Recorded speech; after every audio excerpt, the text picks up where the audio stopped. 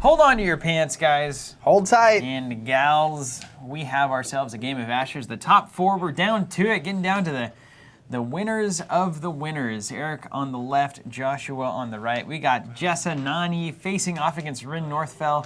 And already we see an Enchanted Violinist hit the board. My name is Steven. And I'm Zach. And before we get too far into it, we do want to mention to all Ashes players, it is important for you to know that we have Covenant subscriptions for this game. We can literally send you every Ashes release as soon as it comes out. No hassle to you, seriously good value. So check that out, Covenant subscriptions. And even right now, if you catch this video early on, we are sending out special limited edition chant tokens with every release to Ashes subscribers. So check in on that, and right now is a great time to get signed up. Hope you will. Absolutely, and with that, let's dive in. Looking at Josh here, we saw him in the top 8, and this is such a different opening than we saw last time. He's actually started with a violinist, which was, he didn't display a unit for 3 or 4 actions last time. Doing different stuff. And one of the beauties of the game is you get to choose your starting 5 hand, which he has done, and he's doing it to tailor against whatever opponent he's facing. A slight bit different, I reckon, and I imagine Erik has done the same thing. Certainly playing against Jessa leads to a different style of game. I can almost assure you that that is the case. So we have a couple of violinists, then we have the ever-present Chant of Revenge hitting the board. You just see Jessa getting set up here, and it is a thing of fear and beauty to behold. Complete fear for old Steven. And Rin, 17 health, not a terribly high amount of health here, so Jessa can burn through this pretty quick. Moving some dice over there with the magic, and then Rin's Fury. A classic opening from Erik. Yep. He loves it. When you start with that in your opening hand, you're essentially having a turn 1 with 12 resources. Yeah, shut the front door here. Which is a pretty big tempo. Heaven forbid we see some frogs and get some damage. Heaven forbid it, Zach. Let's see. If Erik's even bringing in the nature dice. See, he's using it really just primarily as a dice shuffle mechanic. There's 2. Yep. All right. Get 2 frogs, kill a violinist. That's not a bad deal. Got one. A single frog. And let's see. He's going to do 1 to the violinist. Now, Rin's Fury, easy to forget that frog thing. If he is doing it, I think he's going to do it here. I can't quite remember if there's a drawback. Do you get the? Can you do it to a Phoenix board? I don't think so. I think it's just a unit on the board. Put you on the spot there. Yeah, sorry. Rin's Fury still, you got too much text. I only make it through the first 2 lines. That's right. I love that art. So it just recalls that image to me of Goku going Super Saiyan. I mean, it is. It's DBZ all over. Yeah, just that position, the gold going around him. It's cool.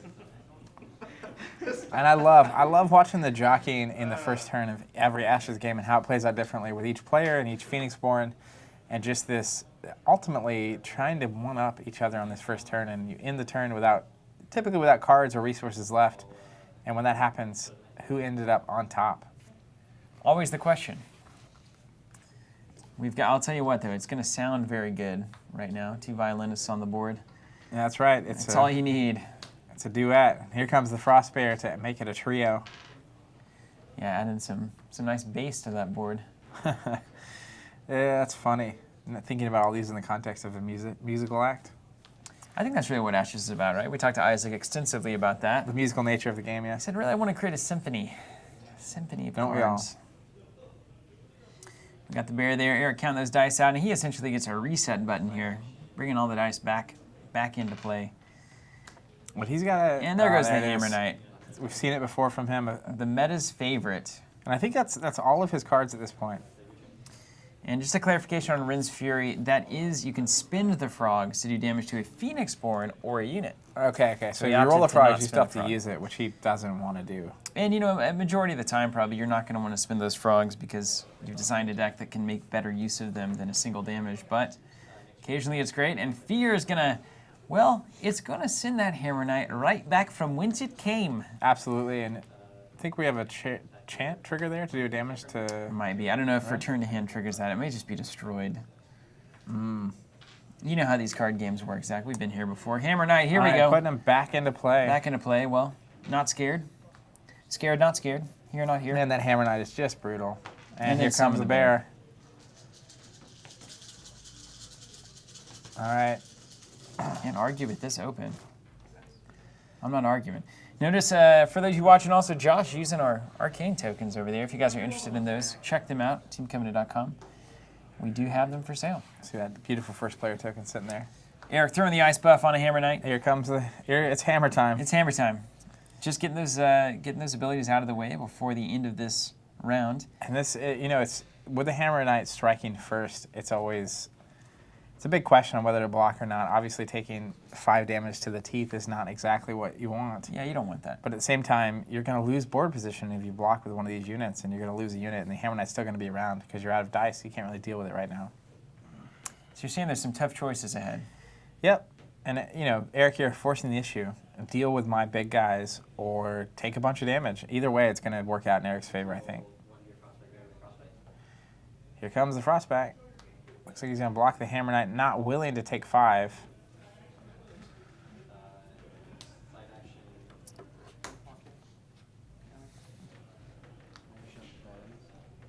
All right, so throwing it at the Violinist there. Doing some damage. All right. And Frostback Bear coming in, resolving the combat. And Choices. I think that's... Choices. What's being decided here? Well, Jess is taking some damage. The Bear's getting exhausted. And then I think we're probably deciding on some triggers. Yeah, so there maybe goes a the Chant of Revenge or something like that. Of course, Hammer Knight doing that 1 damage as it swings to the Violinist. He's such a beefy guy, 4 attack. Yeah, just really good. That extra health is really insane, too, from Ren. Didn't see any, and it looks like Chant. No triggers there, yeah? I don't think so. And then another one coming in from the Violinist. Jessa just taking some... I wonder if that's just overlooked there, that Chant. Let's not forget that happens. Forget to do things, yeah? Yeah, forgetting to do things. Now, this turn 1 looks majorly in Eric's favor. Yeah, I think he came out way ahead of this. Certainly this is not where Jessa wants to be. She's looking at it to kind of put a slow drain on the game, and it looks like Erik has just sped this game up so much. And he's now the first player. Josh only has a single unit on the board. If Erik had rolled a frog here, he could immediately just do a damage to the Violinist and swing for a metric load of damage. A big old load of damage, a lot of damage coming through. You may not need it. This board is not going to get smaller. Let's see what happens. Meditating and spending the frog to deal with the Violinist. Song of Sorrow every day.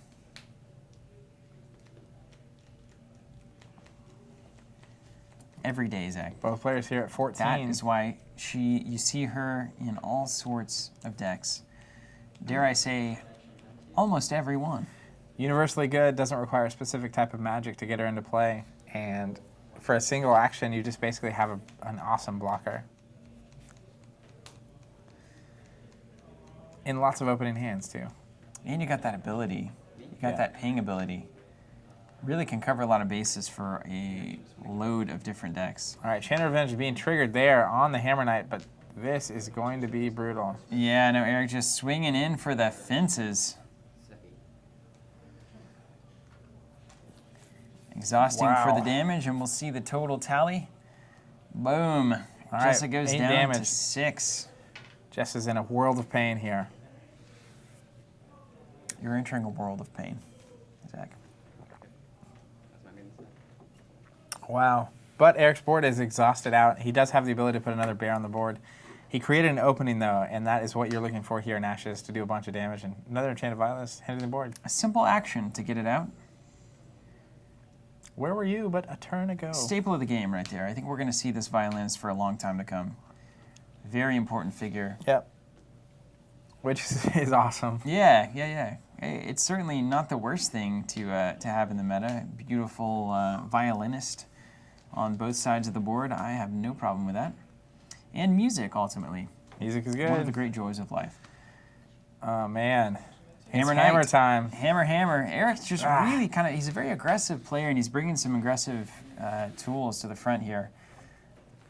Hammer Knights all over the place. And he's ultimately just forcing Josh to answer. quickly. Because the thing you can't do against Jessa is have the game go long. Once she gets set up, she has too much control. She'll drain you, man. Weird damage happening. She will drain you. Here comes the Gilder. Damage going to happen on the new Hammer Knight. I think we're going to frog it for a second damage there. Just damage all over the place. And then we're going to have Ren to boost the health. That way 1 damage doesn't just get rid of that Hammer Knight. Ren, you're so good at that. He is so good. And hidden power, get some more dice. Some nice dice recursion here from Erik, both between Ren's Fury and hidden power. I mean, I think that's really the tale of a successful Ren deck, is really about getting those 5 dice back. Combined, of course, with hidden power. It just lets you get so much done on these early turns. Yeah, really solid. Push the tempo against these control players like Jessa. Meditating. Meditate to a frog. Need some frogs. All right. And then knifing. Single damage happening there. Let's see what happens. I'm watching. The violinist says, you like that Song of Sorrow, Hammer Knight? Man, there's just something so powerful about being able to meditate and do a damage every day of the week. Consistently, for till the end of time, is that going to be useful? It's good. The violinist, man. Mark my words, Zach. She's here to stay. Till the end of time. She is really here to stay. And she's kind of the foundational, low-cost, effective, useful unit. A single action to put into play. She's like the X of algebra, you know what I mean? Yeah, absolutely. No dice required. She asks for very little and gives so much. Song of Sorrow in a 1/2 unit for a main action. How can you not? Seems good. Gonna block here with a Gilder. And do we have some actions here? Looks like. Gonna ping the extra damage there over to the violinist. Now this is getting interesting. Erik here, ultimately open, has resources though, and has not put out a Frostbear yet. So he's kind of tempting, I think, Josh to swing. And if he does, he can just return the favor in a way worse fashion. But that's the advantage he's created with this tempo. Yeah, no, it's over to Josh, and he really, I mean, he has to just keep peppering the board here with defenders. And the problem, he only has 2 dice left. I know, not Erik's enough. just out-dicing him ultimately. Looks like we're going to be meditating there. Yeah. All right, doing a damage to the Hammer Knight. Thank you, violinist. Ooh, and then expanding there we go. energy. All right, so now we're going to get some efficiency back. And just, I love it, just playing small ball here, throwing it around the infield. We're just going to keep juggling dice back and forth. Blood Chain's so good. Can exhaust that bear for a violinist. You got to love that. Strong. Yeah, bear down. Yeah, bear down. I love those exhaust tokens. They're popping. Love it. Those exhaust tokens are popping. All right, he's going to expand energy here, getting a ceremonial die back. A little bit basic. Great. Just a basic ceremonial. Just probably exactly what he wanted. Yeah. Oh boy. All right, so this is looking less bad than it was. It's less bad, but I don't think Jessa can be behind this much. Well, and I think really part of the problem is that Jessa being this low on health this early is going to force her down some avenues she doesn't want to have to consider. She's gonna have to cast like a real Phoenixborn instead of just creeping around and doing a damage here and a damage there. Yeah, and a lot of times I think Jessa is trying to stay roughly even. 'Cause at that point, if you're doing damage, they're taking damage. If they're taking damage, if they're doing damage, you're giving them damage back. Yeah, you're gonna at least keep it a little bit even. But at this point, it's hard. She's down.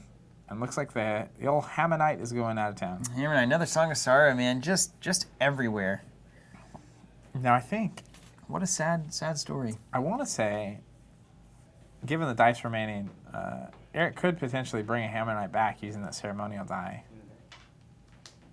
Yeah, I think he just... Here comes the bear. Yeah, there goes the bear. Frostback, freezing and spiting. Yep, violinist can have a hard time dealing with it. What a great little unit that is. The bear or the violinist? The bear. I mean, we've already talked... We couldn't say enough good things about the violinist. Yeah, the bear, though, also. Oh, Stormwood yeah. Sniper going to take care of that violinist. And then going to swing in and... Oh, man. Well, that'd be about it, right? That's down to 1 on 4, Jessa. 5. Yep, this is looking very grim for Josh. How about how a unit that comes in and does damage to something when it comes in always being good? It is always good in every game ever. Not a single card game I can think of where that is not immediately in the deck. Absolutely, and at least Josh here, he will be the first player, but he's got some serious work to do. I don't know what you do. I don't think there's any way, Zach. I don't. He can't even block the first attack. Yeah, I mean, there's just no way. Boy, he rolled like he wanted it though. Goodness gracious, dogs and goats. If he had a redirect and a unit, if he could play a unit that would kill a unit. Like a Stormwind Sniper? A Stormwind Sniper, and also had a redirect. Then he could block one of the attacks, redirect the damage that came through on the other guy, and still be around. But he needs 2 specific cards here. So you're saying throw it at the end zone from 80 yards away and hope that bounces into somebody's hands. As a Dallas Cowboys fan, I will say it's not likely. Publicly? But possible. You know what I mean? Not likely, but possible. That's where I like to live my life. Well, that's the life of a Dallas Cowboy fan. That's right. How about a Gilder? Will that do it? It takes care of the sniper. I'm telling you, so we have a unit. You got rid of a unit. You can block one of these bears, and if you have a redirect for the other damage, you're technically fine. For now. Triggering Jessa, just continuing to drain. Still stay with the game plan here. Stay with the Jessa game plan. Yeah, and I mean, at worst, he's going to meditate there to the heart, which I think, oh, and there's the card. You have the redirect? I think that's the top card, right? What's that top card? And the discard. Ooh, yeah, that is. So that is. If you threaten it, then Erik has to play a little carefully here. And even one more action means that you can get another unit out and kind of... Wait, what's that Molten Gold doing? Is that from discard? That was a meditation. Yep. Oh, man. Molten Gold would also finish it here. Both of these guys happen to have discarded from the top of deck the one card that they need right now. But a redirect could be really bad because you can actually do the damage to a unit, right? Yeah. So let's see what happens. Well, Erik's going to play it safe, hammer time. Yeah, that's what I think that's right. Totally play it safe. You can't risk a redirect. You just have to keep playing your game. You're way ahead. A lot of times you get bloodthirsty. Yeah. You want to put them away, but you just keep following the fundamentals and you walk it out. Well, there's a fear. So try it again. Try it again. That's a very, very good dice trade. Fear, a great answer to these Hammer Knights. Yep. Ultimately, a card in action to make him replay that Hammer Knight. That's strong. Erik play it again if he wants it. Moving a dice over. All right, so that's going to do it right there. There's the Stormwind Sniper. That's it. There Cleared out it the is. blocker, Wow. and it's unavoidable. Yeah. Erik moves on to the finals. Congrats to both of these guys. Thank you guys so much for watching. We are Team Covenant, and we've got so much more content for Ashes on the channel and on the way. So stay tuned, and thanks for everything you do for us. See you guys.